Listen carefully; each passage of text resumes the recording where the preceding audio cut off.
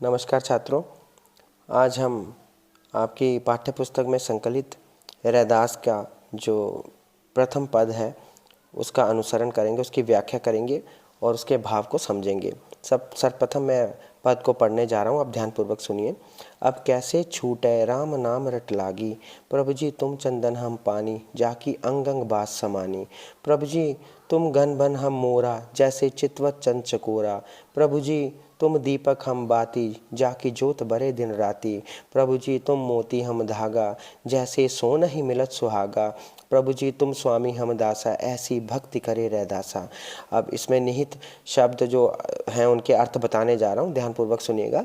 रट लागी का अर्थ है आदत पड़ गई है, जाकी का अर्थ है जिसकी, बास का अर्थ है सुगंध, समानी का अर्थ है समा गई, बस गई, घन का अर्थ है बादल, वन का अर्थ है जंगल, मोरा का अर्थ है मोर, चितवत का अर्थ है देखता है, चंद का अर्थ होता है चांद और चकोरा एक तीतर जाति का पक्षी होता है जो चंद्रमा का प्रेमी माना जाता है।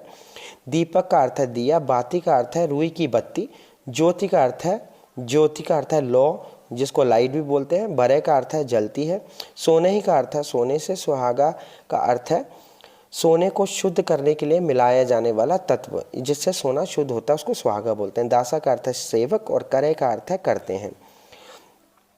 अब जो है इसकी पहली पंक्ति देखिए। अब कैसे छूटे राम नाम रट लागी।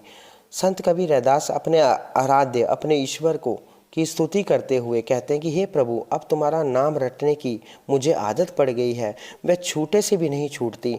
अब तुम्हारा अनन्य उपासक परम भक्त बन गया हूँ। तुम्हारी भक्ति और नाम जपने से मैं अपने आप को विमुख नहीं कर सकता, अलग नहीं कर सकता।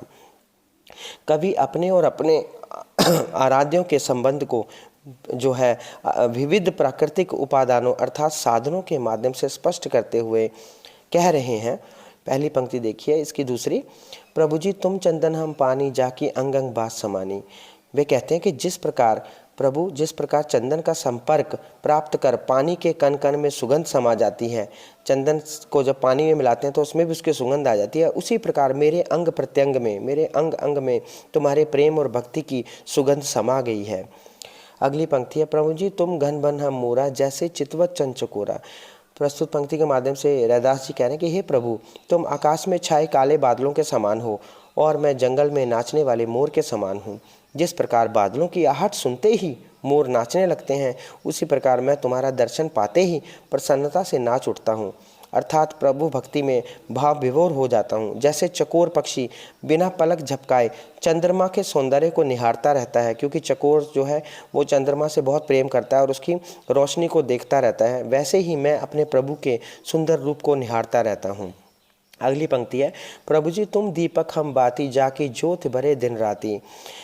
रैदास जी कह रहे हैं कि हे प्रभु, तुम यदि दीपक के समान हो तो मैं उस दीपक में दिन रात जलने वाली रुई की बत्ती के समान हूँ, जो प्रतिपल आपकी भक्ति में जलकर दीपक का प्रकाश बिखेरती है। अर्थात भक्त दिन रात प्रभु की भक्ति और प्रेम में लीन रहकर उसकी भक्ति के अलौकिक प्रकाश को संसार में बिखेरता है।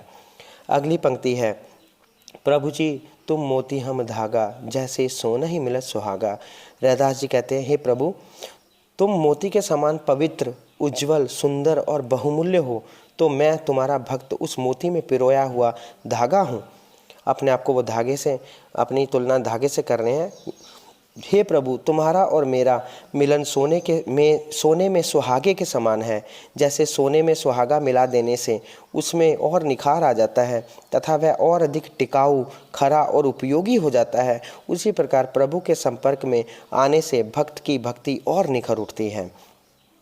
अगली पंक्ति है, प्रभु जी तुम स्वामी हम दासा, ऐसी भक्ति करे रैदासा। अंतिम पंक्ति में वो कहते हैं कि हे मेरे प्रभु, तुम मेरे स्वामी हो, मैं तुम्हारा दास हूँ। मैं रैदास इसी प्रकार की दास्य भाव की भक्ति अपने प्रभु को समर्पित करता हूँ। प्रभु मैं सदैव तुम्हारा दास रहूँगा। यहाँ पे आप देखिए कि अपनी जो तुलना है उन्होंने तुच्छ रखी, अपने आप को तुच्छ रखा है और अपने आराध्य को जो है वो सर्वोच्च बताया है। इस प्रकार वो जो है ईश्वर की भक्ति में अपने आप को लीन करते हुए दिखाई देते हैं। धन्यवाद।